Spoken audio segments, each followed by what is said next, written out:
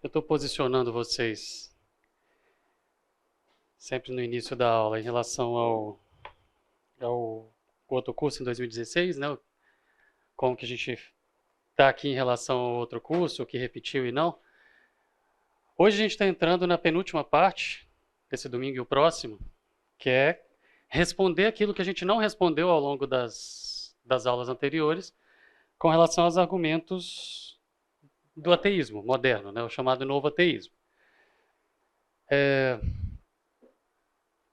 De todo o curso, os que acompanharam lá em 2016, alguns que acompanharam em 2016 e estão vendo agora, tiveram várias coisas que foram modificadas, algumas preservadas ali dentro, mas não teve nenhuma aula que foi inteirinha exatamente igual, exceto essa de hoje e de domingo que vem. Então, bem, lógico, os números estão todos atualizados, os dados são desse ano, alguns desse ano, outros do ano passado, mas a estrutura desse aqui, das respostas para o novo ateísmo, ela é bem o que a gente tratou ali em 2016, com a diferença de que a gente vai ter um pouco mais de tempo aqui. Nós vamos falar isso em 2 aulas e o que a gente tratou lá em 2016 foi em uma, mas a estrutura é a mesma. Agora, antes da gente entrar nessa parte hoje, eu queria colocar, baseado em algumas perguntas aí dos 2 últimos domingos, ou do final do nosso tempo aqui, a gente conversando, ou depois pelo WhatsApp, eu queria explicar um pouquinho qual que é a ideia geral sobre uma questão do controle de Deus, da soberania de Deus sobre a criação. Do que eu estou falando? A gente veio tratando aqui nas aulas anteriores sobre qual que é o real problema que a gente enxerga, e é o foco desse curso. Como eu falei, esse curso eu dei para os adolescentes no primeiro semestre, com um enfoque, era para eles, agora aqui voltado para pais ou educadores ou influenciadores, como somos, pensando nos nossos jovens. O nosso foco é esse. E tratando ali na primeira aula sobre qual que é o nosso real inimigo, a gente conversou bastante sobre isso ali, depois na segunda, terceira aula um pouco mais, também, sobre... Vimos um pouco da origem dos conflitos internos e externos e que existem as correntes teológicas, a divergência de opinião internamente, certo? A origem disso, nomes fortes em todas elas, coerência e incoerência em todas elas, ok. Mas o que a gente está tratando aqui é que o nosso inimigo comum é o ateísmo, e que a gente não precisa, é a conclusão que a gente tem chegado até aqui, dessa primeira parte toda, primeira e segunda parte, é que enquanto a gente está queimando o cartucho, nós estamos gastando energia, brigando internamente, o ateísmo está ganhando terreno. Então a gente não precisa colocar como foco na vida ficar brigando internamente por causa de uma opinião, considerando que a Bíblia não fechou questão, que é o que a gente tratou ali para trás. Não é algo fechado nas Escrituras, ninguém tem a possibilidade de falar é isso e pronto, acabou. Portanto, menos peso, já que Deus não fechou, certo? Considerando isso, a gente viu um pouquinho sobre, começamos a ver na semana passada, sobre o conflito externo. Então, olhando para o nosso inimigo em comum. E aí vimos a história do darwinismo, do próprio Darwin, e o próprio a questão da teoria da evolução. Vimos como que é a teoria da evolução, como que chegou até ali, os conflitos internos do próprio Darwin para poder publicar isso, considerando ele um cristão e não queria que isso fosse usado contra a igreja, contra Deus, etc. Aquele conflito todo a gente viu ali. Mas ainda assim, tiveram algumas perguntas que foram feitas que eu queria tratar um pouquinho sobre essa questão da soberania, olhando no geral para as correntes teológicas diferentes e olhando que existem correntes, até uma que agora vendo num comentário de uma Bíblia que a Harena me mostrou, entendeu? A gente tem realmente essas divergências de opinião interna. Mas para aquelas correntes que a gente tratou aqui colocando do criacionismo progressivo, que é o terra velha sem evolução, e o evolucionismo teísta, que é terra velha com evolução, e que a gente tratou aqui, ok, como eu coloquei para alguns adolescentes lá depois do curso, que chegou no final, um falou assim, eu sou terra jovem, fantástico, beleza. Aí a outra que virou para ele, como você pode ser... Beleza, não tem problema, você fica com essa opinião. Se Deus não fechou questão, vocês, e tem milênios que esse negócio está sendo discutido, como a gente viu aqui na história, não vão ser vocês dois que vão convencer o outro, né? E a gente fechou aqui. Mas, quando se trata sobre o controle de Deus sobre todas as coisas, vem algumas perguntas sobre, tá, e Deus nessa história, e a soberania de Deus nessa história, se Deus é aquele ser, e aí é para todas as correntes, que estava lá no princípio, que estava antes de todas as coisas, e que criou todas as regras, todas as fórmulas, todas as constantes, tudo que controla o universo até hoje, então nós somos robozinhos? Tá tudo na mão dele, tá tudo em fórmulas. O que é essa ideia? Eu não sou bom, tá, para desenhar. Mas digamos que aqui nós temos o Big Bang e aqui nós temos o fim dos tempos, tá bom? Acreditem. Deus está fora disso aqui tudo. Se Deus está fora do sistema e Ele criou todas as regras, todas as constantes, todas as fórmulas, tudo que vai definindo limites para o que vai acontecer, ou como alguns apologetas da área da física gostam de falar, ele definiu as regras do jogo, colocou as constantes e o que vai controlar, que vai limitar as coisas. Se Deus colocou todas essas constantes e regras e coisas que definem os limites, o que seriam as fórmulas, que hoje a gente expressa isso como fórmulas na matemática, na física, principalmente na física, olhando para o universo. Se ele criou tudo isso, ele tinha planejado tudo desde o início.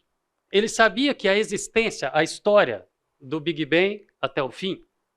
Ah, ok, tem algumas correntes que negam o Big Bang. Ok, teve um princípio, põe outro nome, não interessa, tá bom? Eu estou chamando de Big Bang aqui.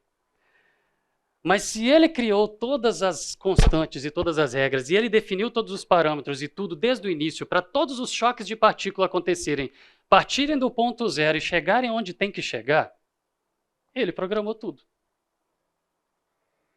Se ele programou tudo, então eu faço escolhas?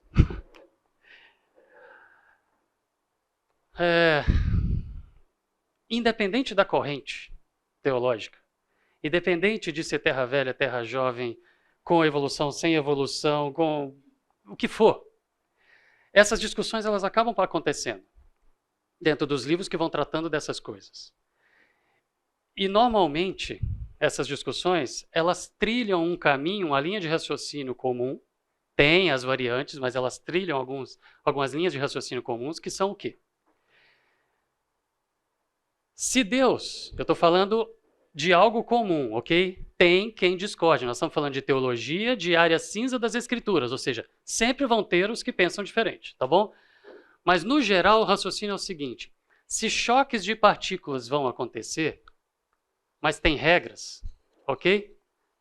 Eles têm caminhos possíveis para acontecer, mas eles vão chegar no mesmo lugar, ok? Quantas possibilidades tem aqui para essas coisas acontecerem com esses limites que tem, ok? Quantas possibilidades de caminhos tem?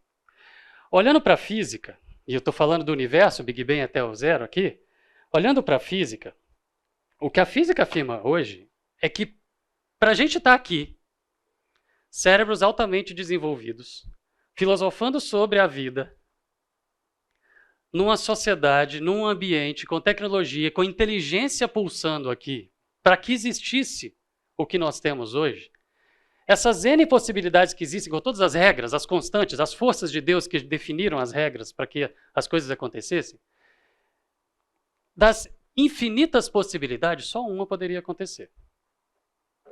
Só uma. E nós estamos aqui. Então ela aconteceu. O Richard Dawkins, o pai do ateísmo, eu acho que a gente não vai chegar nesse ponto hoje, vai ser no domingo que vem, ele vai abordar e vai tratar um pouquinho sobre isso.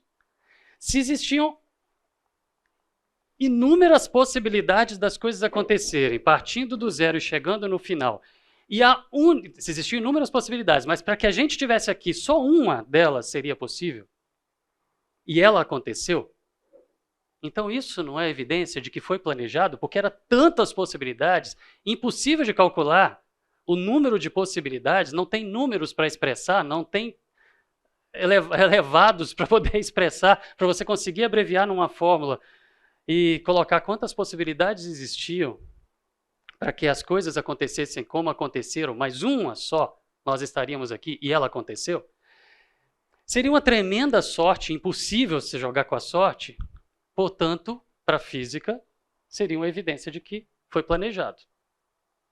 Foi Deus. Ele criou todas as fórmulas e todas as regras, ele definiu todas as constantes e aconteceu exatamente como ele tinha planejado. Portanto, Deus está lá. Deus criou tudo, ele já tinha planejado tudo desde o início, ele sabia todos os choques de partícula que iam acontecer desde o início, e ele tinha planejado tudo em equações, ou seja, Deus é matemático, e ele tinha programado tudo isso para que chegasse onde tinha que chegar. Ok. Aí a gente vai e pega e coloca uma mega de uma lupa aqui, tá? E vamos definir a nossa história. A nossa história, de um ponto ao outro, a nossa história também pode ter possibilidades. A nossa história tem possibilidades mil aqui, milhares, para a gente poder pensar saindo do mesmo ponto e chegando do mesmo ponto. E se nós temos N possibilidades de escolha, então nós temos escolhas. E como fica a soberania de Deus se a gente está escolhendo? Então, o que essas pessoas, o que esses autores costumam abordar é que tanto para o universo quanto para a nossa história, a soberania de Deus está aqui. No caso da nossa história, aí entra um outro curso de escola bíblica sobre predestinação e livre-arbítrio, se a gente escolhe tudo ou se a gente não escolhe nada. Ou se a gente escolhe algumas coisas e outras não, e tudo bem, isso é uma outra discussão. Mas se existem escolhas certas ou erradas, boas ou ruins, que traçam caminhos para a nossa história, elas já estavam pré-determinadas. Cada escolha que eu faço já estava pré-determinada, ou seja, se todos os choques de partículas já estavam determinados para sair de um ponto e chegar no outro do mesmo jeito, exatamente como tinha que chegar, então as minhas escolhas também estavam pré-determinadas. E aí alguns vão abordar colocando o seguinte, eu tenho escolhas. Deus planejou de onde saiu e para onde chegou, e dependendo das minhas escolhas eu vou sofrer consequências piores ou melhores, maiores ou menores. Dependendo das minhas escolhas, mas eu vou chegar onde tinha que chegar. Ok? Alguns vão abordar assim. Nós que estamos infinitamente pequenos dentro de toda essa grandeza que é o universo, nós olhamos para essas possibilidades e falamos, o acaso existe. Eu tenho escolhas. E no universo também tinham escolhas. As coisas estão por aí, por acaso. Nós somos tão pequenos dentro de um sistema tão grande que foi a criação de Deus, que a gente observa a criação dele, a gente fala, as coisas estão acontecendo por acaso. No entanto, não tem como acontecer por acaso se você for fazer cálculos e você olha e fala, isso foi planejado. Mas nós somos tão pequenos que a gente enxerga o acaso, mesmo o acaso não existindo, porque foi tudo planejado. E entendam que se isso aqui é tão grande assim, Deus está aqui fora. Ele é muito maior do que isso. Então, eu fiz escolhas certas ou erradas? Deus tem controle? Claro que sim, porque como... Ela não está aqui, a Esther? Eu gosto de citar a Esther. Porque como a Esther falou, Deus está segurando isso daqui, se ele soltar, cai e desmonta. Sim, é verdade. Mas se ele está segurando isso aqui tudo, e tudo está funcionando do jeito que ele planejou, porque ele está segurando aqui, escolhas certas ou erradas, boas ou ruins, maiores ou menores que eu fizer aqui, são possibilidades N, mas elas estão debaixo da soberania dele. Se ele soltar, tudo cai. Ou seja, nada acontece, nem um choque de partículas, nem um fio de cabelo cai, sem que ele tenha controle. Ele é soberano sobre tudo, do mesmo jeito. Para um fio de cabelo ele é soberano. Mas eu estou escolhendo. Mas ele está aqui. E está tudo dentro das fórmulas que ele criou. E do plano dele. Então eu posso enxergar a aleatoriedade, eu posso enxergar as minhas escolhas, posso enxergar minha liberdade, mas está debaixo da mão dele. E se ele soltar, como as bolinhas de gude da Esther, vão espalhar todas. Né? Viajei? Oi? Então tá.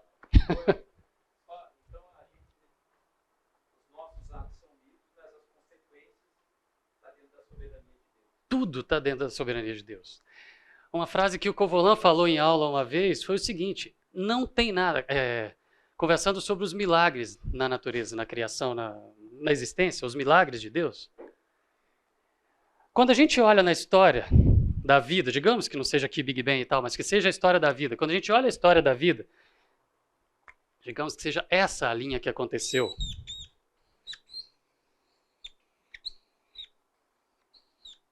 Ok? Se eu olho na história da vida, em alguns momentos Deus interferiu e fez milagres, eu posso ficar admirado por esses milagres e louvar a Deus olhando para esses milagres. Mas, gente, se eu entender que isso aqui tudo estava planejado, que isso aqui tudo tem constantes, tem forças, tem leis, tem um macro que Deus planejou para poder segurar, para acontecer, e que tudo está debaixo da mão, do controle dele, sustentado por ele, é tudo milagre. Então não é que Deus fez milagres e interferiu aqui, não. Tudo de ponta a ponta é milagre, tudo de ponta a ponta é Deus. Então, assim, as minhas consequências estão debaixo da soberania de Deus? Sim. Ah, um tsunami está debaixo da soberania de Deus? Sim. Um terremoto? Sim. Um fio de cabelo caindo? Sim. Tudo está debaixo da soberania de Deus. Não necessariamente Deus fez de maldade para poder... Não. Toda a história está aqui. Coisas boas e ruins, frutos de escolhas boas e ruins, consequências ou não, tudo está dentro do controle dele. Respondi? Então é tudo Deus. Não tem nada. Deus não existe. Deus não pode. Deus pode. Deus pode qualquer coisa. Eu estava conversando com um ex-colega de aula meu. Quando o Lucas nasceu, meu mais velho, que a gente chegou da maternidade, ele chorava toda hora e eu não estava conseguindo dormir. Tem 16 anos isso. Eu passei uma noite acordado e aí eu liguei o computador e fui para o Yahoo Messenger, porque não existia o WhatsApp.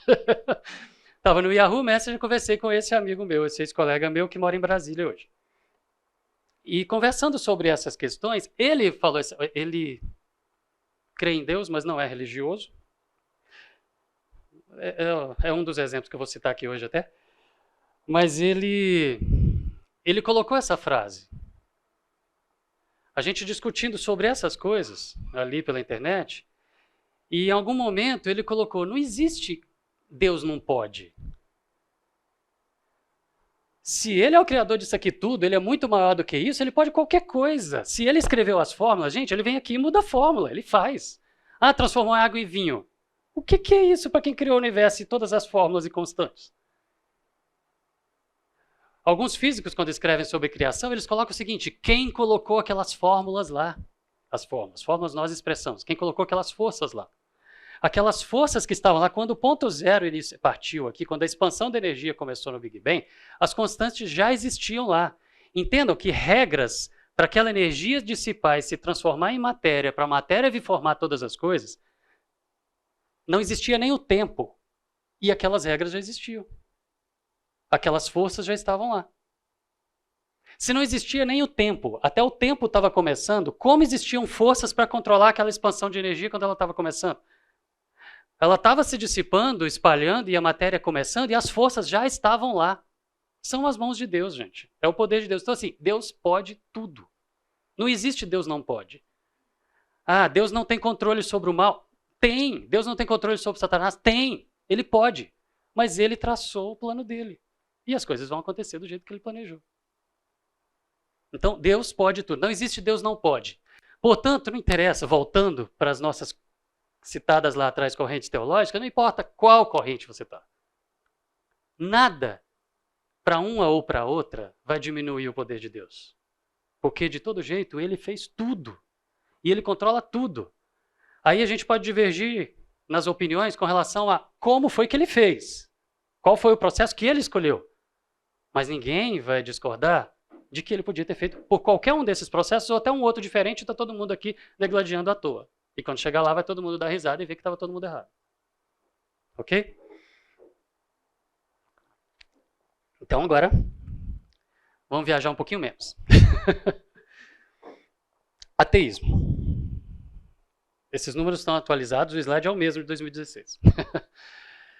Pensando no mundo, gente, os agnósticos, ou seja, como a gente tratou na semana passada em Darwin, sobre os agnósticos. Quem são os agnósticos? Ou seja, aquele que... Não, antes da aula passada, agnóstico é aquele que não quer saber de Deus, certo? Não interessa se ele existe ou não existe, eu só não quero saber dele. Ele é uma possibilidade? Alguns agnósticos falam, não, eu tendo para acreditar. Outros, eu tendo para não, mas eu não quero saber. Eu vivo como se ele não existisse. Tá bom? Não quero tratar desse assunto. São os desigrejados e que não tem nada, não se envolvem com nada, absolutamente nada sobre a fé. Pensando no mundo, média, gente, isso varia absurdamente, vocês vão ver alguns números aqui, mas varia absurdamente do país e dentro de um país, da região, dentro de uma cidade, dentro da cidade, do bairro. Ok? Próximo slide, inclusive, mostra uma pesquisa que foi bem viciada por onde fizeram as pesquisas. Pensando no mundo, média mundial, os agnósticos, hoje não, 2022, eram 11,9%, 2022. Entendam que o número de ateus e agnósticos no mundo diminuiu com a pandemia. Ao longo dos 3 anos de pandemia, o número de ateus e agnósticos diminuiu. Existia uma crescente nos países no ateísmo e isso despencou ao longo da pandemia. Sempre numa crise, a fé em Deus aumenta. Ok?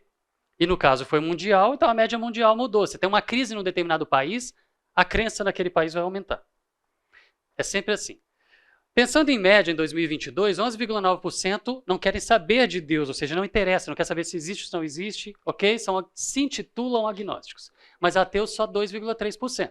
Mas, se a gente olhar para alguns países, a gente vai ver Estados Unidos 6%. Você fala, peraí, eu vi alguns números que são 8,9% que são... Depende de que pesquisa, que grupo fez e onde pesquisou. Nós estamos falando de médias abrangentes, de um N grande, ou seja, um número gigante de pessoas e onde você escolhe aleatoriamente onde você vai entrevistar. Não é dentro de universidade, não é em bairro em torno de universidade, não é em cidade grande, você vai em todos os lugares. Então, se você analisou 1.000 pessoas na cidade grande, próximo de universidade, você também analisou 1.000 pessoas lá no interior onde não tem universidade. Ok? É bem genérico. Ok? Pensando nesses números genéricos, então, o ateísmo nos Estados Unidos, os ateus, tá? São 6% nos Estados Unidos hoje, Itália 7%, Brasil 8,9%. Interessante no Brasil que as pesquisas, boas ou ruins, chegam nesse 8,9%. Eu não consigo entender. Boas ou ruins no Brasil ficam sempre no mesmo lugar. É estranho, o Brasil é estranho os números que saem disso das pesquisas aqui. Nos outros países variam muito, o Brasil é sempre igualzinho. Mas se a gente for olhando para os países, Espanha 11, Reino Unido 17, Alemanha 20, República Tcheca 30, Japão 31, França 32, China 61% de ateus. Se a gente olhar para esses números, a gente vai perceber que o ateísmo é maior no velho mundo. Onde a história começou, onde os debates estão vindo aí há muito tempo, o ateísmo vai ficando maior lá do que no novo mundo. Fala. Ateu, no caso aqui, que ele se intitula ateu, ou seja, ele sabe o que significa ateu. Ele sabe que eu não acredito em Deus.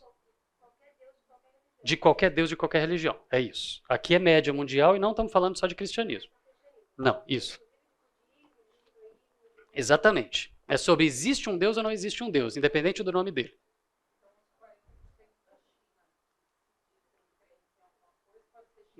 Isso, não estou falando de cristãos. Exatamente. É isso aí, nós estamos falando, existe um Deus ou não existe um Deus? É isso, tá? Próximo slide a gente vai falar de cristianismo, tá? Então, se o ateísmo e o agnosticismo têm crescido, como eu falei, com uma variação aí ao longo da pandemia que caiu um pouquinho, mas voltou a crescer, a melhor estratégia para defender e para o crescimento do ateísmo no mundo tem sido, demonstradamente, em vários estudos diferentes e trabalhos diferentes e acompanhamentos diferentes, a melhor estratégia para o crescimento do ateísmo é usar a ciência como álibi. Como a gente começou a falar na semana passada. Fala, Pedro. Mas se a ciência não prova que Deus não existe, ela prova que Deus existe, por que é melhor álibi? Adorei a pergunta. Pedro, todas as evidências que existem dentro de todas as áreas da ciência, da física, da química, da biologia, todas apontam para que existe um criador, que a gente foi planejado. Todas, não existe nenhuma contra. Entendeu? Só que, para a ciência, você só vai falar que prova, você só vai chamar de prova se você fizer um teste e você provar. Quem desenhou o jeito da ciência funcionar foi um cristão, Francis Bacon. Vou mostrar um slide, vou falar o nome dele aqui hoje. Quem desenhou a maneira como a ciência funciona foi ele e todo mundo trabalha dentro daquilo ali. Ou seja, para você falar que uma coisa foi provada, você tem que fazer um teste e provar. Entendeu? Como a gente não tem como fazer um teste e provar Deus, então tudo chama de evidência. Evidência significa você tem um monte de coisas que demonstram que ele existe. Mostra que ele existe. Entendeu? Então a gente não pode falar a ciência prova que Deus existe. A ciência tem um zilhão de evidências de que Deus existe. Tudo que você descobre em todas as áreas da ciência aponta para que existe um Criador que fez tudo e que está tudo na mão dele. Entendeu? Não existe prova e nem evidência do contrário. Então vou tirar a palavra prova. Vou usar só evidência. Não tem evidência de que Deus não existe. Só tem evidência de que Deus existe. Porque eles escolhem não acreditar. E hoje a gente vai tratar um pouquinho do porquê disso. Não, eles não falam. Eles não admitem. Eles falam, Deus não existe e a ciência prova que ele não existe. Só que não existem as provas. Mas nós vamos tratar aqui entre hoje e domingo que vem sobre as tais provas. Como você fez essa pergunta, eu estou abrindo um parênteses aqui na aula de domingo que vem. Mas é o seguinte. Já que o argumento que o ateísmo usa, e eu vou tratar disso aqui, começar hoje, a gente termina domingo que vem. Eles ficam afirmando, eu estou falando aqui, ó, o que está fazendo o ateísmo mais crescer hoje em dia é usar a ciência como argumento. Fala, Deus não existe, a ciência prova isso. É isso que todo mundo fala. É isso que os professores falam, é isso que os livros falam, que os seriados, que os desenhos. Entendeu?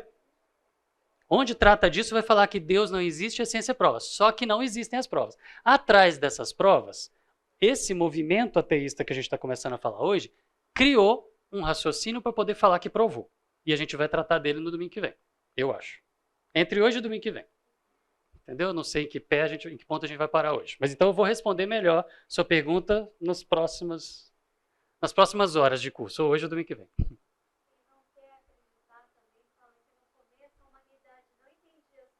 Uhum. De Deus. Uhum.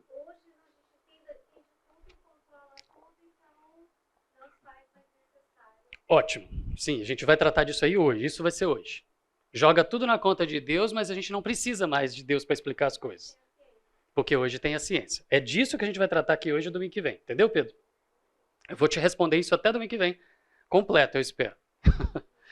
Mas vamos lá. Se a ciência usada como argumento para falar que Deus não existe, a ciência prova, ou seja, se usam a ciência como o argumento principal para poder defender que Deus não existe, o ateísmo está crescendo baseado nisso, ok?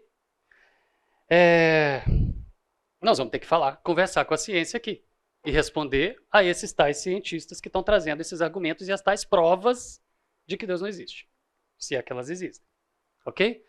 Essa outra pesquisa é desse ano, ok? Fala que 89% dos brasileiros acreditam em Deus ou em um poder maior.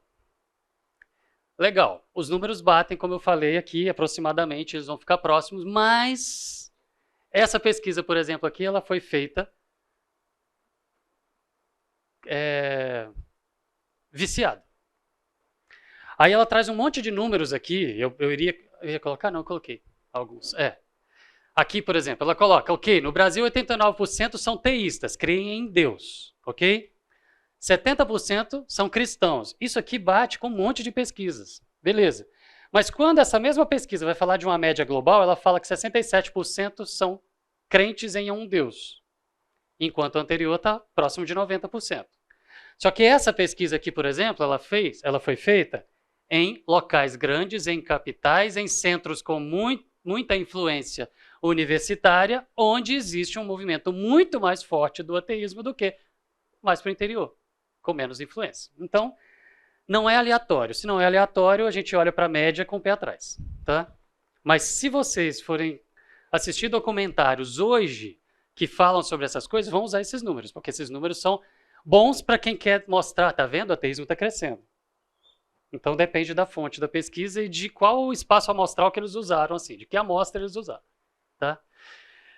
Mas então, considerando que a maioria dos ativistas ateus que defendem o ateísmo e se estão produzindo, trabalhando em função do crescimento do ateísmo no mundo, considerando que a maioria dessas pessoas usam a ciência como álibi, como argumento, então a gente vai ter que falar com os cientistas. Ok? Não existe lugar de maior feira de vaidades, desfile de vaidades, orgulho, soberba, competição, é um puxando o tapete do outro, enfiando a faca nas costas do outro, um tentando se sobressair ao outro para poder se mostrar melhor, e eu sou tal, eu sou tão, eu sou, do que os corredores de centro de pesquisa. Teve uma vez que eu falei isso, uma pessoa levantou a mão e falou assim, não, dentro de hospitais entre os médicos é pior. Não é pior. Não é pior. Não é pior.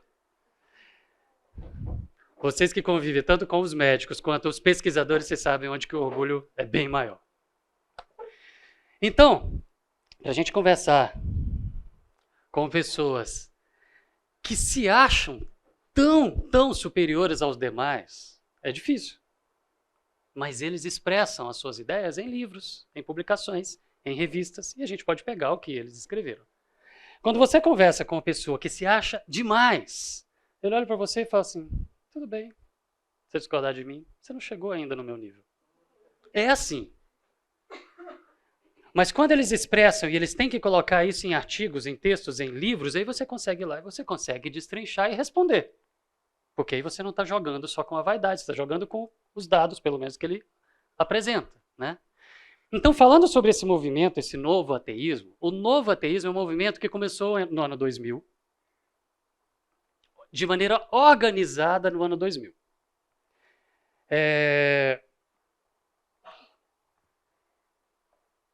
A gente viu ao longo da história que os que não criam sempre existiram e estavam ali jogando suas ideias, ok? No entanto, próximo de 2000, algumas pessoas de peso, de influência, grandes nomes nas suas áreas respectivas se uniram e falaram, vamos influenciar o mundo. E a ideia declarada, tá? Isso no site, nas entrevistas, nos livros deles é, a religião não deve ser simplesmente tolerada. Ela tem que ser combatida, criticada, exposta a argumentos racionais e, se possível, erradicada. Ou seja, existe um objetivo claro no movimento, ele é bem financiado, tem pessoas que morrem e deixam sua herança para eles, ok? Se você quer criar um grupo ateu na escola, na faculdade, na escola, você consegue o financiamento deles, eles conseguem financiar o projeto e tal. Nós não fazemos isso? Eles também fazem. Bem estruturado para influenciar todos os meios, para entrar na política, nas mídias, ok? Na produção de filmes, de seriados, de documentários, de livros didáticos, principalmente. Vamos trabalhar para poder preparar a juventude para poder trabalhar a mente e a cabeça da juventude. Porque são eles que vão comandar o mundo daqui a pouco e vai ficar mais fácil aprovar leis, proibir coisas, coibir, criar regras e restringir. Você quer ser religioso? Vai ficar dentro da sua casa com isso, mas não saia pregando, não saia falando, não saia convencendo outros. Que aí, com o tempo, isso vai tendendo a acabar. Isso, religião, tá? É essa a ideia. Existem zilhões de livros publicados, gente. Em maio, eu atualizei esse número numa pesquisa de 3 segundos de resposta no Google de livros sobre ateísmo, foram mais de 15 milhões. Ok? Desculpa. Mais de 15 milhões citações, ok? Você tem livros à vontade para ler, mais de 15 milhões de citações. Livros na Amazon foram, deixa eu ver o número, 8.600 numa busca, ok? Livros de defesa do ateísmo. A gente fica com a sensação, diante de tanta literatura, de tanta coisa, a gente fica com a sensação de que, puxa, se eu for lendo, uma hora eu chego num argumento matador. A ideia é essa. Tem tanta coisa que em algum livro, em algum estante, em algum lugar, em alguma livraria, em algum lugar eu vou achar aquele que traz as provas, Pedro, de que Deus não existe. Porque você vai lendo, você vai vendo que as coisas sempre se repetem. São sempre as mesmas linhas de raciocínio. Varia muito pouco. Muda a linguagem, muda os exemplos, mas sempre vai cair na mesma linha. Quando você começa a ler aquilo, você vê, esse aqui vai por esse caminho. E vai, é o mesmo caminho. Esse agora vai por outro caminho, é o outro. Mas são sempre as mesmas linhas de raciocínio. Muda o livro, muda a capa, muda o tempo, muda a idade, muda o vocabulário, mas são sempre do mesmo jeito. Não tem como ler tudo. Não tem como ler tudo, mas não precisa ler tudo. E para facilitar, o movimento ateísta organizado, como eu falei, que tem seus nomes de referência e que se declaram, nós somos o líder, sim, do movimento, os líderes do movimento ateísta mesmo, somos. Eles, só um pouquinho, Pedro. Eles, na verdade, publicaram suas obras onde eles declaram, você tem todos os argumentos que você precisa aqui. Então, se existem milhares de livros para poder ler sobre o ateísmo, mas eu estou falando que todos eles seguem mais ou menos a mesma receita de bolo. A maioria deles, os modernos, citam esses autores principais. Ou autores clássicos, históricos, que esses aqui também citam e só modernizaram os argumentos, mas são os mesmos, ok?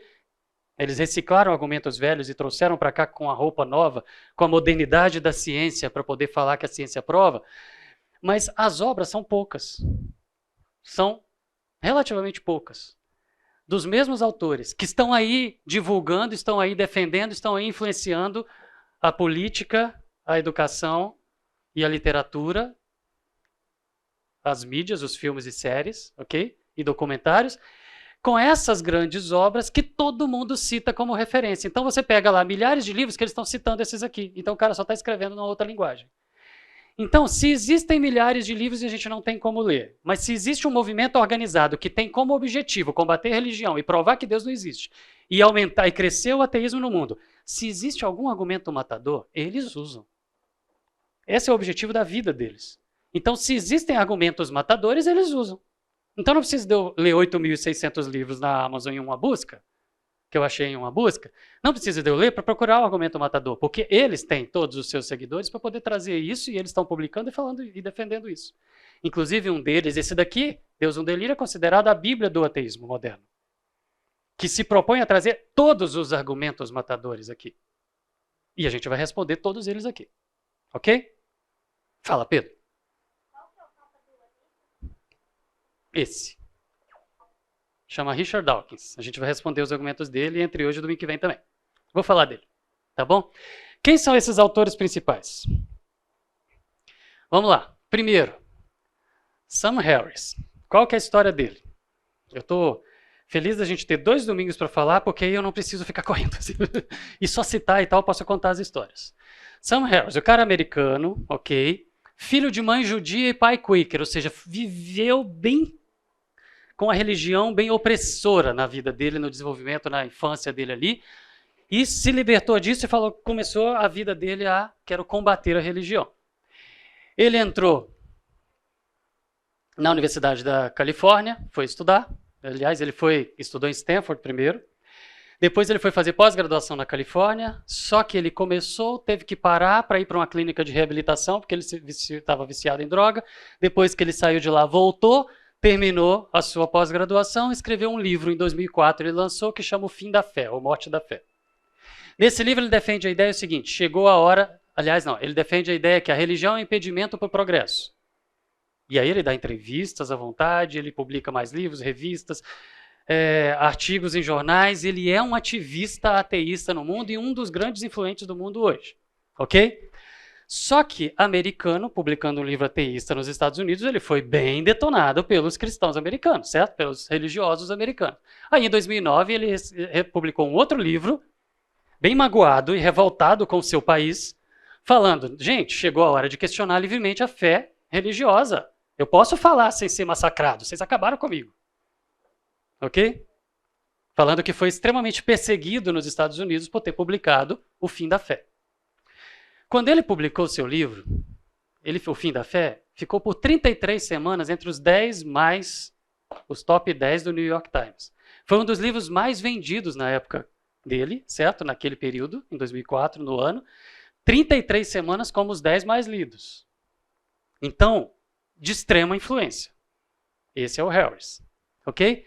Quem que era o cara? Ele é pesquisador, ele é cientista, ele vive como um homem da ciência? Não, ele fez pós-graduação e ele trabalhou com neurociências, então ele se envolveu no mundo da ciência e o título do trabalho dele era a Base Neurológica das Crenças, ou seja, o objetivo dele era trabalhar mesmo sobre a ideia da mente, do cérebro e da fé, tá? Para poder lutar contra isso. Tinha um objetivo a pós-graduação que ele fez. Então ele não é alguém da ciência, mas ele caminhou pelo mundo da ciência fazendo uma pós-graduação para poder argumentar com isso. E a ideia dele é o quê? A religião está lá do mesmo jeitinho, não muda. Só ficou colorido. Ok? Enquanto a ciência, e aí é o que a Aninha falou, enquanto a ciência veio progredindo na história e não precisa mais desse monte de besteira que os pais tiraram de trás da orelha e ensinam para os seus filhos. Ok? A ideia dele é essa. A religião é algo retrógrado, é algo que é parado no tempo, que está ali do mesmo jeitinho, não muda, não se moderniza, e a ciência evoluiu enquanto isso, e agora a gente não precisa mais da religião. É essa a ideia. Vamos parar aqui? Vamos para o nosso intervalo? Daqui a pouco a gente continua com esse desfile aqui. Vamos continuar então com o nosso desfile aqui. O próximo desses referência no movimento ateísta e que trazem os tais argumentos de que podem afirmar que Deus não existe e a ciência prova, certo? O próximo é o Daniel Dennett. Esse cara, americano, filósofo e pesquisador, ou seja, ele desenvolveu também um trabalho de pós-graduação, mas ele trabalha... o Sam Harris fez pós-graduação, mas não é cientista. O Daniel Dennett, sim, ele vivenciou isso muito mais dentro do mundo da ciência. A área de estudo dele foi a filosofia da mente, e ele trabalhou com o cérebro também, do mesmo jeito que o anterior, que o Sam Harris, e a ideia dele é o seguinte, nos estudos dele, as conclusões dele, o que ele fala nas entrevistas e documentários é: a mente é uma bagunça que dá certo, o cérebro é uma bagunça que dá certo, e é uma bagunça mesmo. Né? Aquele mundaréu de neurônios que cresce aleatório, se você botar para crescer em gêmeos vão ser diferentes, a estrutura é diferente, fica diferente e tal. É uma bagunça que dá certo. Então ele fala o seguinte: se alguém algum dia achar um local do cérebro onde é a sede da... qual a palavra que ele usa? Da consciência, então eu vou acreditar que é ali que fica a alma, e aí eu vou ter que admitir que Deus existe. É essa a afirmação dele. Porque ele fala o seguinte: é uma bagunça. Se eu achar alguma coisa organizada dentro do cérebro, então eu vou ser obrigado a aceitar que Deus existe. Essa é a área dele, né? Então, para a área dele, onde ele estuda o cérebro e fala uma bagunça que não tem ordem, não tem organização, e se eu achar organização, eu vou ter que admitir que Deus existe. Aí, quando ele olha para os físicos que falam, no meio de toda a improbabilidade, só uma que era possível e aquela aconteceu, então isso é uma evidência fortíssima para poder falar, foi planejado, foi tudo planejado desde o início, Deus existe, ele não aceita, porque não é a área dele. Na área dele, ele fala, se vier alguém me mostrar a ordem aqui, eu aceito. Ok? Então, previamente ele já escolheu não acreditar. Viu, Pedro? Ele escolheu não acreditar. E aí ele fala que a ciência prova. Mas o próximo, um dos mais xiitas, mais radicais, morreu em 2011, é o Christopher Hitchens. E o Hitchens tem uma história bem interessante. Ele é britânico e americano, certo? Humanista mesmo, ou seja, aquela ideia do homem acima de todas as coisas, certo? Tudo centrado no homem, no ser humano. Mas ele radical, anti-teísta, ou seja, anti-religião, anti-crença em Deus. Objetivo da vida é combater a ideia de Deus. E ele, em 2007, publicou um livro, a atuação dele, jornalista, escritor e crítico literário. Presta atenção na atuação dele. Okay? O cara fez jornalismo, trabalhou em grandes jornais e era crítico literário. Escrevia editoriais também, ok? E ele publicou em 2007 o livro Deus Não é Grande, onde ele coloca a ideia de que as religiões envenenam tudo. Elas vão entrando em tudo. Nos livros, na educação, nos documentários, na política. Vão para todo lado envenenando tudo, influenciando tudo. É a própria estratégia que eles estão usando agora também. E a ideia declaradamente é essa. Já que a religião fez isso durante tanto tempo, nós vamos fazer também. Vamos entrar em tudo e vamos influenciar as leis, vamos influenciar os documentários, a escola e vamos ensinar isso. Ok? E aí o que ele defende é que o conceito de Deus como um ser supremo é uma crença totalitária que destrói a liberdade individual. Num documentário que eu assisti uma vez, ele falou o seguinte, ele falou isso, gente, é muito chato ter aquele velhinho de barba branca lá em cima falando que eu posso ou não posso fazer. Eu quero fazer e pronto. Eu quero ter liberdade de fazer o que eu quero, sem ninguém me falando que eu não posso. No fim das contas é isso, né? Não queremos regras. Não queremos regras, é isso.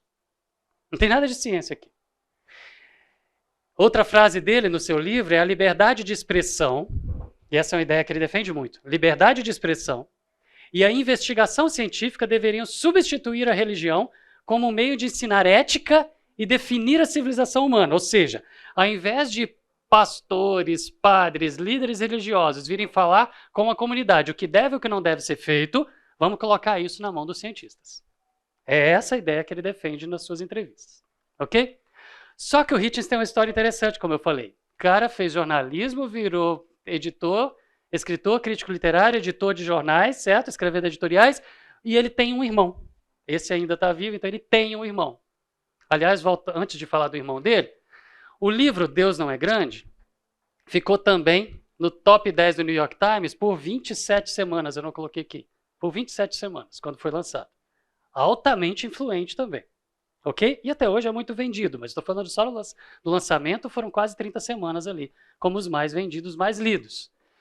E aí no livro ele coloca também uma outra frase dele lá, a religião organizada, nós, é violenta, irracional, intolerante, racista e incentiva o fanatismo. Vamos combater isso, ok? Aí o Hitchens tem um irmão, o Peter, que também fez jornalismo, que também escreve editoriais, trabalha no The Guardian, que também é autor de livros, que também estudou na mesma escola, do mesmo jeito, os mesmos pais, a mesma família, a mesma criação, o mesmo ateísmo que o irmão, só que ele se converteu. O Peter também se converteu. Ele tinha o mesmo posicionamento ateísta que o irmão, mas ele se converteu, se tornou cristão. E aí, quando o Christopher Hitchens publicou Deus Não é Grande, aí o Peter publicou A Fúria contra Deus. Uma resposta ao livro do irmão. A briga foi para dentro de casa. E aí ele fala que o livro do irmão faz diversas afirmações incorretas, tendenciosas, manipuladas, repletas de escolhas pessoais de crença. Pedro, mais uma vez, ele escolheu não acreditar. E o irmão dele mesmo falando, ele escolheu não acreditar. Depois ele vem falando que ele tem argumentos, mas ele escolheu não acreditar. Qualquer coisa que vier para ele de conhecimento, qualquer informação, ele já escolheu não acreditar. Ok? E aí, por último, o Hawkins. Por que o Hawkins entrou nesse hall? Porque o Hitchens morreu. O Hitchens morreu em 2011 e o Hawkins entrou. Só que depois de 2018 o Hawkins morreu também. Mas o Hawkins foi um físico considerado um dos grandes físicos da história, certo? E ele fez trabalhos teóricos dentro da física teórica, não se envolvia muito com o movimento ateísta, mas quando ele foi chegando próximo da sua morte, e não é assim, ele achava que estava para morrer, porque ele achava que estava para morrer desde que a doença dele apareceu, né, e que foi para a cadeira de rodas. Mas ele viveu muito. Mas ele, nos últimos anos dele, ele resolveu que o foco da vida dele ia ser combater a crença. E como não conseguia, sendo físico, e não consegue, para a física defender o ateísmo é muito mais difícil do que para a biologia ou qualquer outra área, filosofia. Para a física é muito difícil você defender a não existência diante dos tremendos problemas de probabilidades. Tem que ter Deus escrevendo todas as constantes e regras, senão não dá certo, né? Mais próximo dele morrer, ele começou a trabalhar, nos últimos anos, ele começou a trabalhar tentando desenvolver alguma teoria que tirasse Deus da jogada, mesmo dentro da física. E aí ele criou o que a Marvel adora, e a DC também, que é o multiverso. Só que diferente do que a Marvel explora do multiverso, que você tem várias possibilidades, vamos para o meu rabisco de novo, você tem várias linhas do tempo, vocês, para quem assistiu, sabe muito bem o que eu estou falando. Você tem várias linhas do tempo, várias histórias que podem acontecer com escolhas diferentes. Você faz uma escolha diferente, a história é toda diferente, então você tem várias possibilidades. É isso que a ficção explora. Não é esse multiverso que o Stephen Hawking desenvolveu a sua teoria. A ideia do multiverso dele é o quê? É complicado para a física tentar explicar, e não tem como explicar, por que antes do Big Bang, quando o Big Bang aconteceu, quando a energia começou a dissipar, quando o tempo começou a contar, já existiam regras, já existiam forças. Que forças são essas? Elas remetem para alguma coisa além, para fora. Elas já apontam que tem alguém, alguma coisa, ou alguém, alguma força, algo muito maior que está aqui fora, para poder ter definido tudo isso. Então isso aponta para Deus, não tem jeito, não tem como não apontar para Deus. E ele queria, de alguma forma, uma teoria para poder tirar Deus dessa história aqui, de fora do universo. Então ele criou a ideia do multiverso, que é o quê? O Big Bang, na verdade, não é o início. É só um dos inícios. Tá certa a frase? Ok, acho que sim. A ideia é que, sim, o universo está se expandindo. Beleza, vai chegar num ponto que ele chega no ponto máximo de expansão e ele vai voltar a encolher. E quando ele voltar vai voltar até concentrar toda a sua energia de novo num ponto igual ao Big Bang, e depois ele expande outra vez. E depois ele contrai de novo, e ele expande outra vez. Para cada expansão e volta é um universo. Então a ideia do multiverso é que o universo ele é eterno, então não precisa de Deus, ele é eterno, sempre existiu, mas ele fica nesse vai e vem com várias possibilidades diferentes. Cada vez que ele expande, ele escreve uma história diferente e volta, escreve e volta. Que evidência tem disso? Nenhuma. Que evidência tem disso? Nenhuma. Tem como ter? Não tem. Gente, se a gente não consegue apontar para as pontas do universo, como que a gente vai apontar para fora dele? Não dá. Se a gente não tem fórmula, não tem como calcular, não tem como você imaginar e fazer cálculos, se você não tem nem tempo ainda, como que você vai jogar para antes disso? Então é uma teoria. Foi uma ideia. É filosofia. Não é física. Ok? É filosofia. Mas ele lançou isso para quê? Para não precisa de Deus. É eterno. Porque até Einstein e Lemaitre, como a gente já tratou aqui quando estava falando da história, da ciência, até Einstein e Lemaitre se achava que o universo era eterno, que sempre tinha existido. E quando descobriram que ele tinha o início, o próprio Einstein falou, caramba, isso aponta para a criação, para Deus, para um princípio, para Gênesis. Ok? Então o que o Hawkins quis fazer é voltar para aquela ideia de que o universo sempre foi eterno, porque há 100 e poucos anos, quando Lemaitre chegou para Einstein, mostrou os cálculos, e ele olhou e falou, puxa, então realmente foram trabalhar juntos e chegaram à conclusão de que realmente teve um início, e aí surgiu a ideia do Big Bang, a teoria do Big Bang, até ali, para a física era mais confortável falar que não existe Deus. A partir do momento que existe um Big Bang, aí você tem que apontar para Deus, para a existência de um Criador. Então tem algumas pessoas que não gostam do Big Bang, que ficam jogando pedra no Big Bang, mas sinceramente o Big Bang ajuda pra caramba nos argumentos apologéticos. Mas esse é o Hawkins. Agora vindo então para o Papa Pedro, do ateísmo.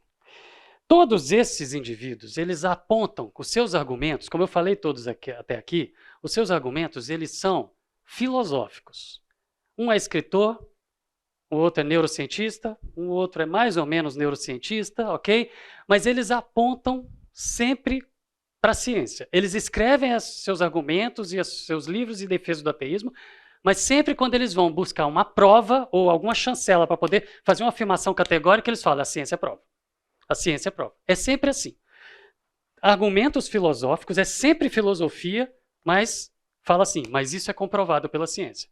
E quando eles falam isso é comprovado pela ciência, eles citam Richard Dawkins como o cara que fala em nome da ciência. Então ele é chamado, ele é considerado como o papa do ateísmo, porque ele é apontado pelo próprio movimento ateísta organizado, que está trabalhando em cima disso no mundo inteiro, como o porta-voz da ciência no que diz respeito à existência ou não de Deus. Ele é apontado por eles como o papa do ateísmo mesmo, como a maior autoridade para poder falar sobre ateísmo. E o Dawkins é o quê? Biólogo, evolucionista, óbvio, britânico, ateu, convicto. Ele fala que quando ele morrer, se ele souber, se ele não morrer de acidente, ele fala que ele tem um combinado com a família dele, de que se ele ficar doente, estiver na hora da morte, ele quer uma câmera filmando os últimos dias dele. Para poder provar para o mundo, para esses crentes que ficam falando que as pessoas se convertem na hora da morte, que ele não se converteu na hora da morte. Ele é ateu radical e xiita mesmo. Ele fala isso. Eu sigo ele no Twitter também. Ele vive publicando coisas e eu estou sempre atualizado com as histórias dele. Bom, um dos mais influentes intelectuais da atualidade, ele é apontado como comentador de ciência, ele é o mais conhecido do mundo, no mundo mesmo. E a afirmação dele é que para acreditar no Deus da Bíblia, você tem que ser ignorante, estúpido ou insano. Sabe a ideia do idiota? É ele que usa. O estúpido, o idiota, é ele que usa. Vou pegar alguns textos dele aqui, a gente vai ver aqui, porque a gente vai ter que responder aos argumentos dele. Então, em 2006, ele publicou o livro Deus no Delírio, dessa grossura, 506 páginas, ou 605 páginas, agora não lembro, onde ele traz o que ele chama de síntese de todos os argumentos matadores, os argumentos para poder convencer a pessoa a se tornar ateia. Num talk show britânico, ele dando entrevista, logo depois que ele lançou, ele falou, o meu objetivo é converter pessoas ao ateísmo. E ele fala, o meu livro foi estruturado de forma que se você for um crente quando começar esse livro, você vai ser um ateu quando chegar no final desse livro. Era essa a afirmação dele. do início, quando ele lançou.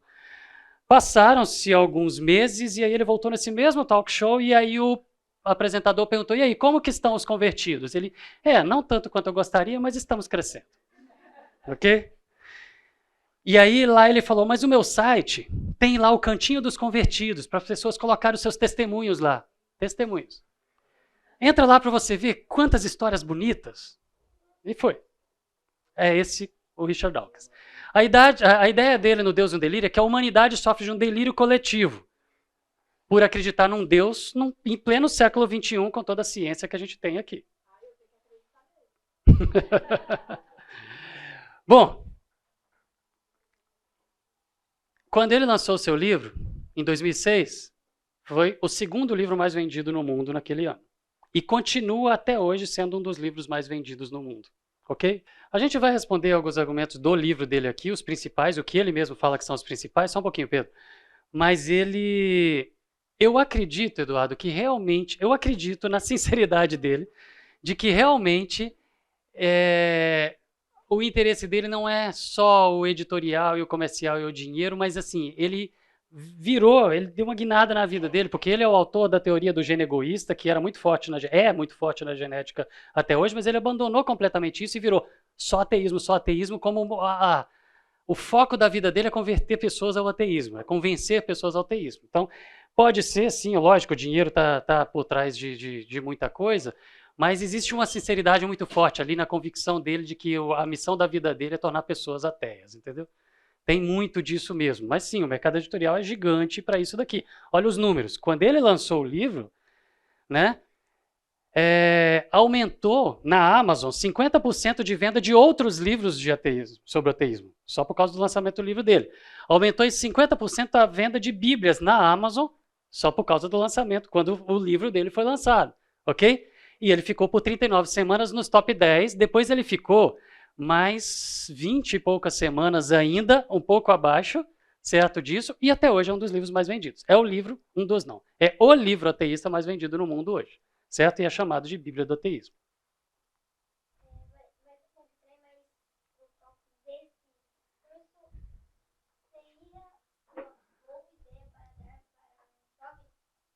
Esse livro? Segura até o próximo slide que eu já te respondo. Olha só. O Dawkins, é o próximo? Não, não é o próximo. Peraí. Não é. Ô, Pedro, eu achei que era. Peraí que eu vou ver onde que está a sua resposta e eu já te falo. Se não tiver logo aqui para frente, eu vou te falar. Não, tá, daqui a pouquinho eu chego lá, Pedro. Hoje ainda vou chegar nela. Peraí. Bom, esses são... Oi, fala de novo. Aham. Vou citar aqui também. É excelente. Vou citar aqui hoje. É delirante. O Delírio de Dawkins foi uma resposta ao livro do Dawkins, escrito por um colega dele de Oxford, professor também, só que crente, né? Então, gente, esses são os cabeça do movimento ateísta organizado, são os mais citados. O que eles escreveram e publicaram são os que ficam reverberando aí, fica repetindo, fica ecoando para todo lado em tudo que vai defender o ateísmo. As ideias são deles. Se você pesquisa Richard Dawkins, por exemplo, no Google, você vai achar trocentas citações diretas, mas se você pegar as frases dele, de impacto dele, você vai achar muito mais, mesmo sem o nome dele. Ou seja, as ideias são citadas mesmo sem o autor estar ali sendo citado. Ok? Então nós estamos diante de pessoas que trazem os tais argumentos matadores em defesa do ateísmo, de autoridade absurda, que o que vem da boca deles é tido como a palavra, o ponto final a respeito da existência de Deus. Certo?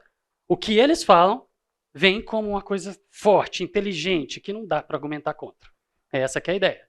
E 1 Pedro 3,15, que a gente já leu aqui no passado, fala que a gente tem que estar preparado para responder a qualquer que pedir a razão, a lógica da nossa fé.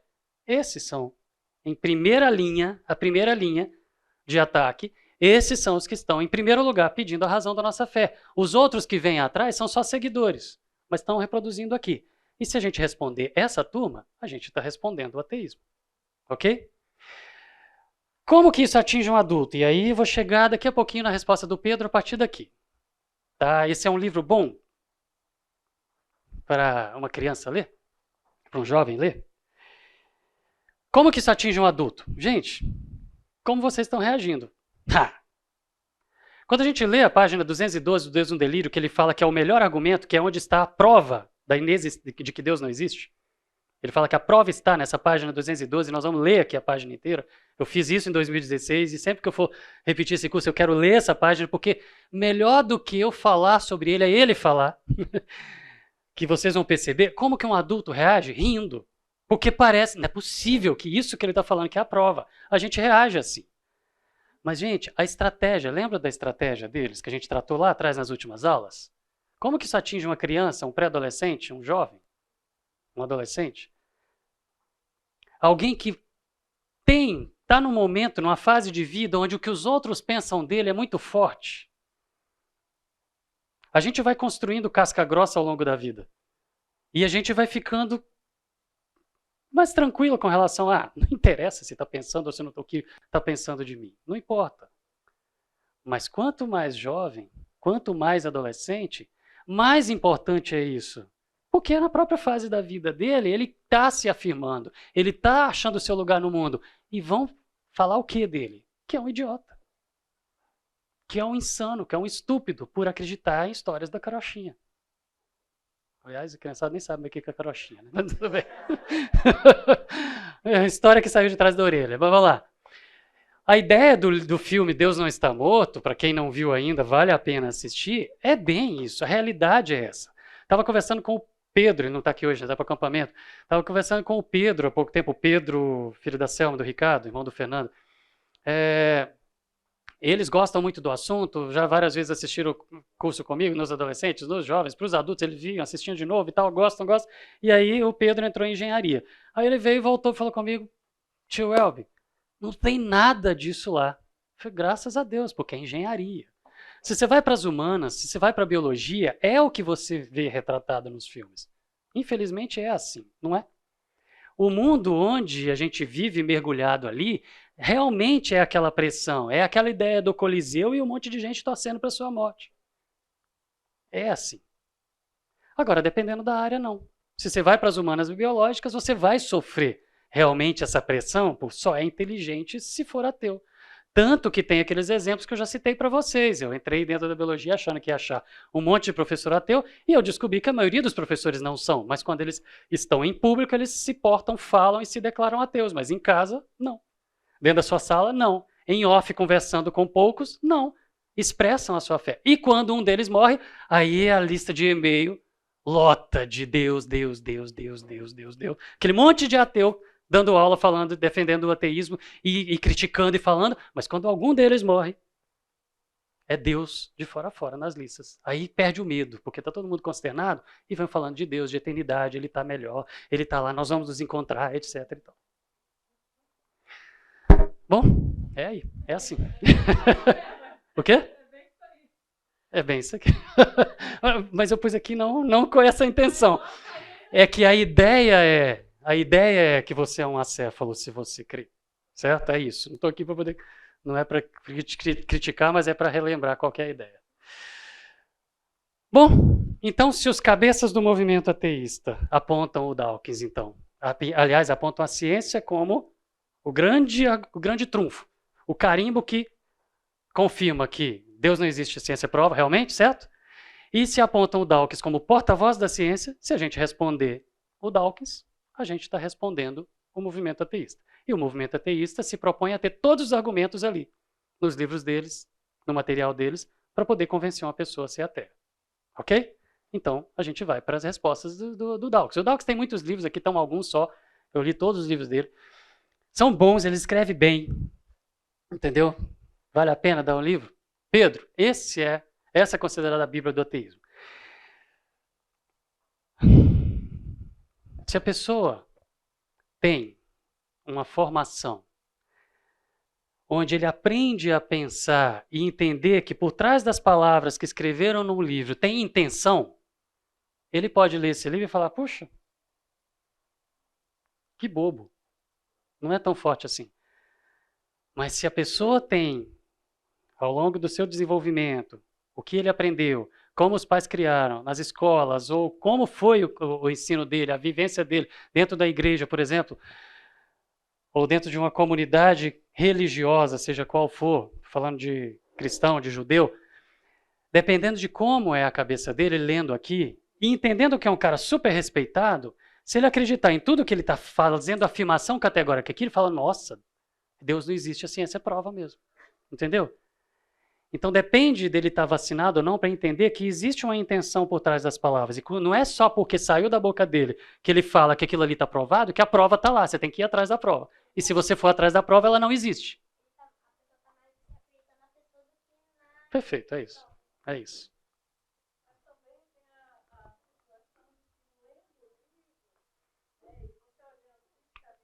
Uhum.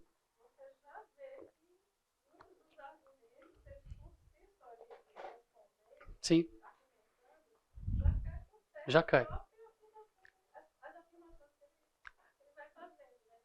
Sim. Joga contra ele mesmo. Teve a primeira vez, não, quando foi 2006 que ele lançou um livro, 2009 foi que eu preguei uma mensagem lá no culto sobre esse livro, respondendo o livro. Aí teve um jovem, na época, foi 2009 isso, que ele veio e perguntou que eu comprei esse livro. O que você acha do livro? Eu falei, lê. Lê. Pelo tanto de aula que você já viu aqui, de escola bíblica que você já teve, o conhecimento que você tem, você entende que existem intenções por trás das palavras. Lê. E ele leu. E depois ele voltou e falou assim, nossa, que bobo. Ok? Por quê? E aí a linha foi justamente o que a Adri falou. Se você olha as tais provas que ele fala e os argumentos dele, ele se contradiz e ele joga contra ele mesmo. É só você ler de maneira crítica. Mas o que o mundo fala e o que a imprensa fala dele é que ele é o maior pensador da nossa geração, que ele é polêmico e desafiador, é uma pessoa de honestidade intelectual muito acima da média, isso foi Folha de São Paulo. Ok? O ícone do ateísmo contemporâneo, vários jornais falam isso, desde Nietzsche não se atacava a Deus com tanta veemência, isso foi a Newsweek. A última palavra da ciência em oposição ao obscurantismo criacionista, veja, na revista Veja. Um dos intelectuais mais influentes do mundo na sua cruzada contra a religião. Isso aqui foi ou a Folha ou no Estadão de São Paulo. Aquele que mudou a forma com que o mundo discute a existência de Deus. Isso foi acho que super interessante, ou a revista da Flip. Tá? E a imprensa brasileira, quando ele passou pelo Brasil, falou que foi um momento histórico, o Dawkins pisou no Brasil. Ok? Aí está todo mundo que citou. Ou seja, ele é um produto e a imprensa fala. Exatamente, isso aí.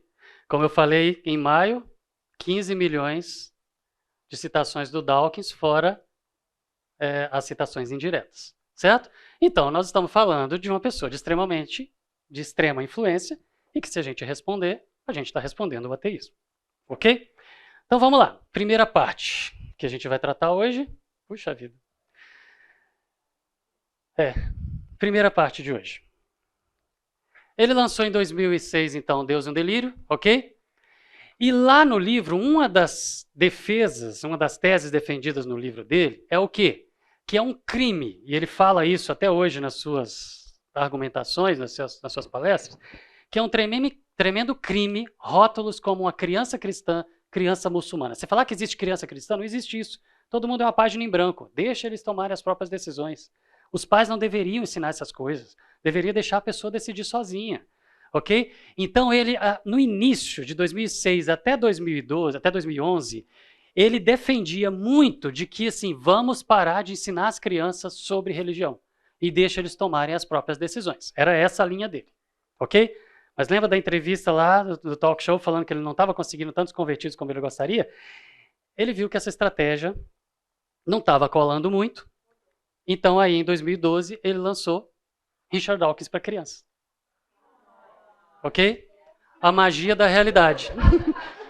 Onde ele coloca um livro muito bem feito, lindo, muito bem ilustrado para poder ensinar ateísmo para criança.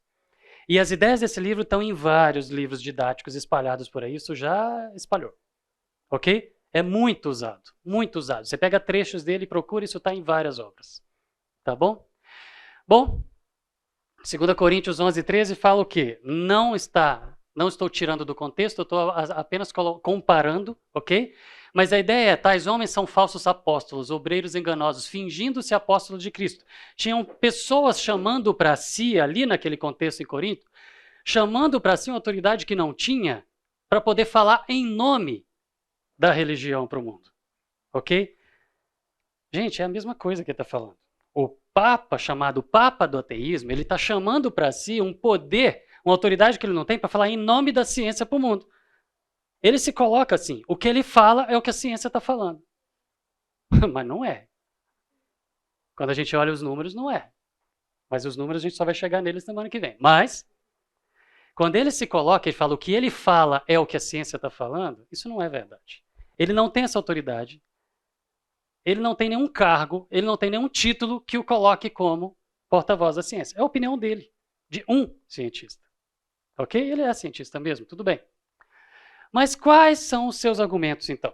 O primeiro deles que a gente vai começar a responder hoje, vamos terminar na semana que vem. A primeira é a grande frase que é repetida pelo movimento ateísta. Deus não existe, a Bíblia é um mito e a ciência prova isso, ok? Deus não existe e a ciência prova. É essa a ideia. Fala, Pedro.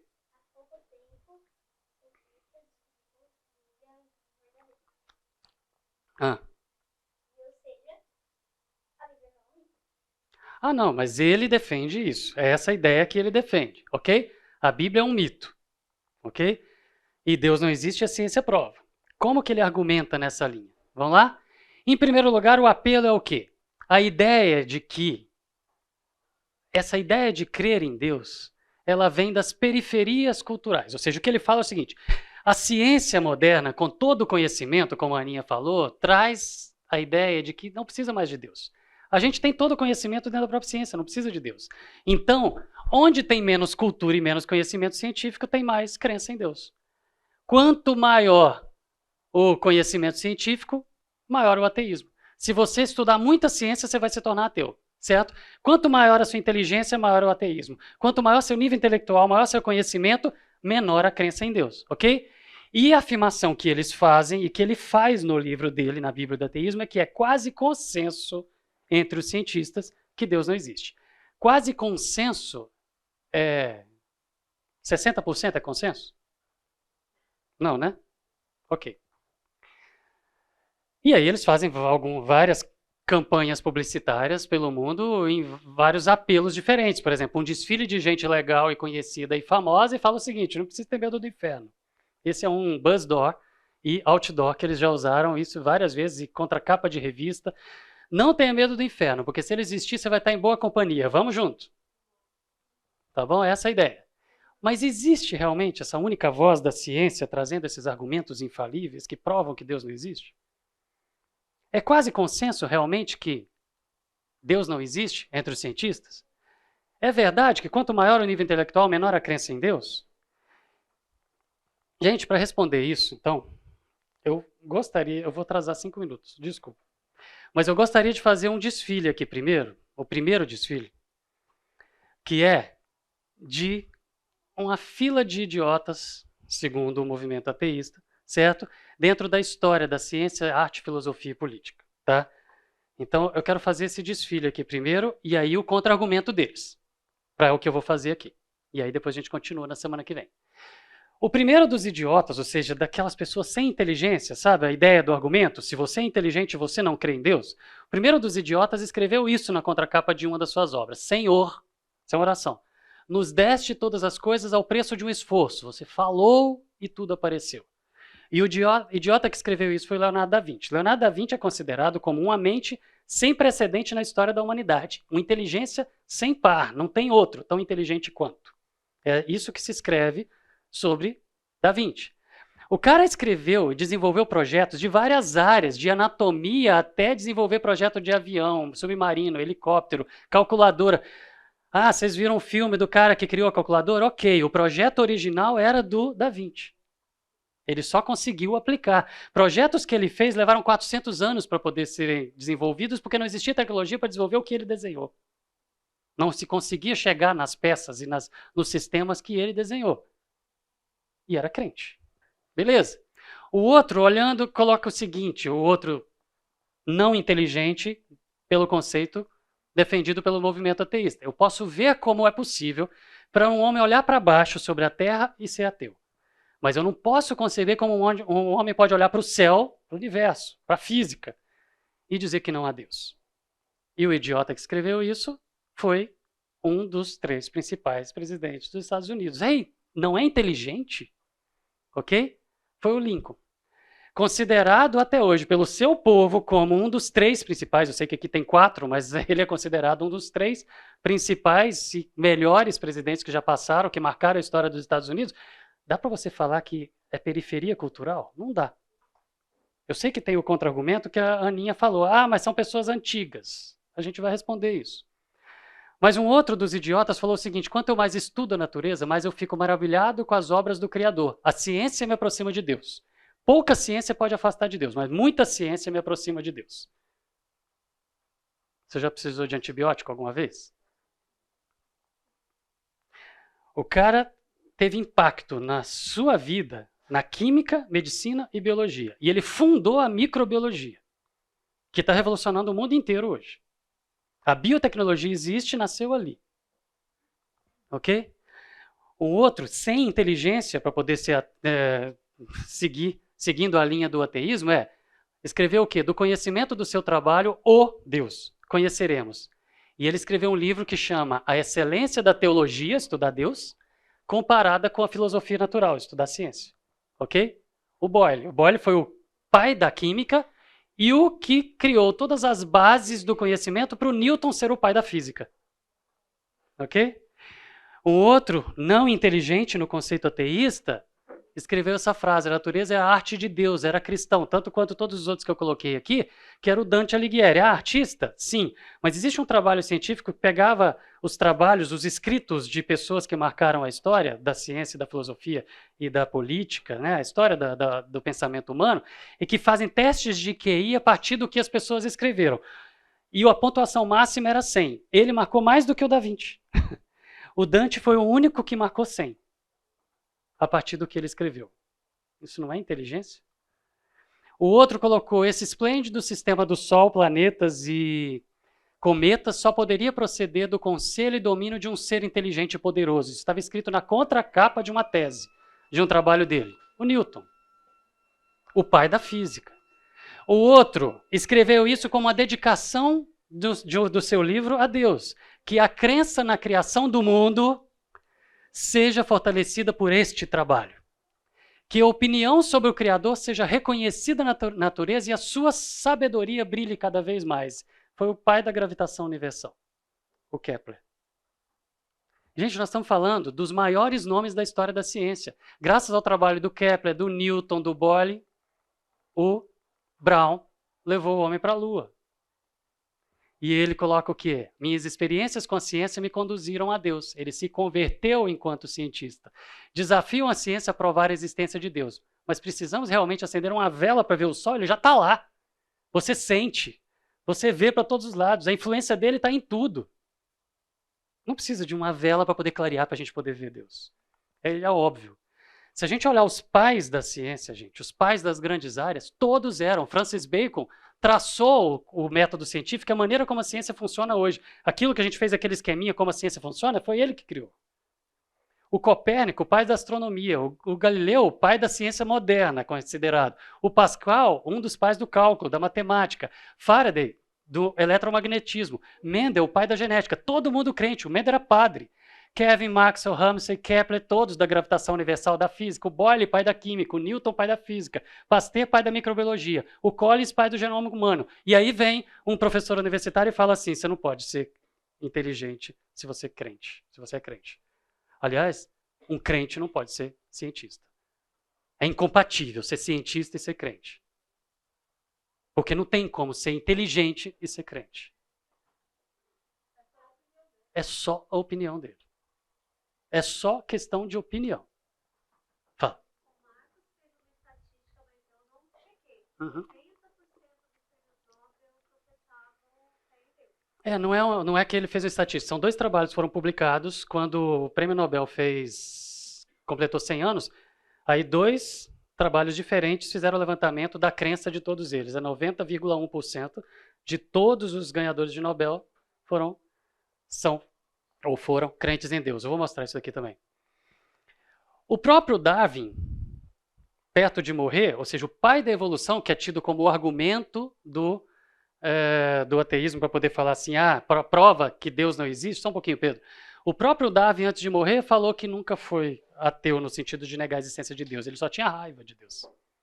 Ele só tinha raiva de Deus por causa da história com a filha dele, como a gente viu na semana passada. Então, se a história do pensamento humano foi feita por crentes em Deus, se a gente tem nomes à vontade para falar, e se vocês ficarem olhando os nomes aqui, vocês vão ver que tem alguns que os dois lados usam. Os ateístas aqui são... os ateístas usam o Einstein para poder falar que era ateu, mas na verdade ele era deísta. E os teístas vão falar que o Einstein era teísta, porque ele era deísta, aliás, porque ele cria em Deus. Então, o Darwin está nas duas pontas, o Einstein está nas duas pontas, mas o resto, todo mundo declaradamente cristão, crente em Deus, certo? No mesmo Deus da Bíblia. Dá para poder você fazer essa afirmação de que não existe inteligência se você crê em Deus? Não dá para ir por esse lado, certo? Então, a ciência refutou Deus baseado nisso? Não. Só que o contra-argumento do movimento ateísta, quando a gente joga esse monte de nomes da história do pensamento humano, os pais todo mundo era crente?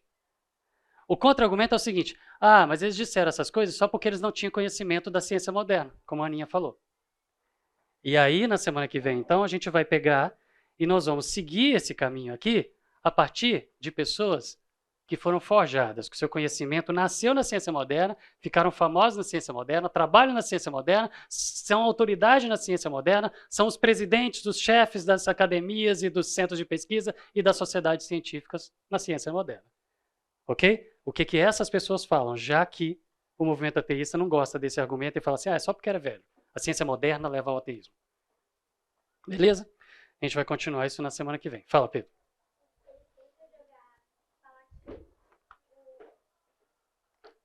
A evolução tirou Deus da jogada, a pessoa que formou ela fez para não tirar Deus da jogada.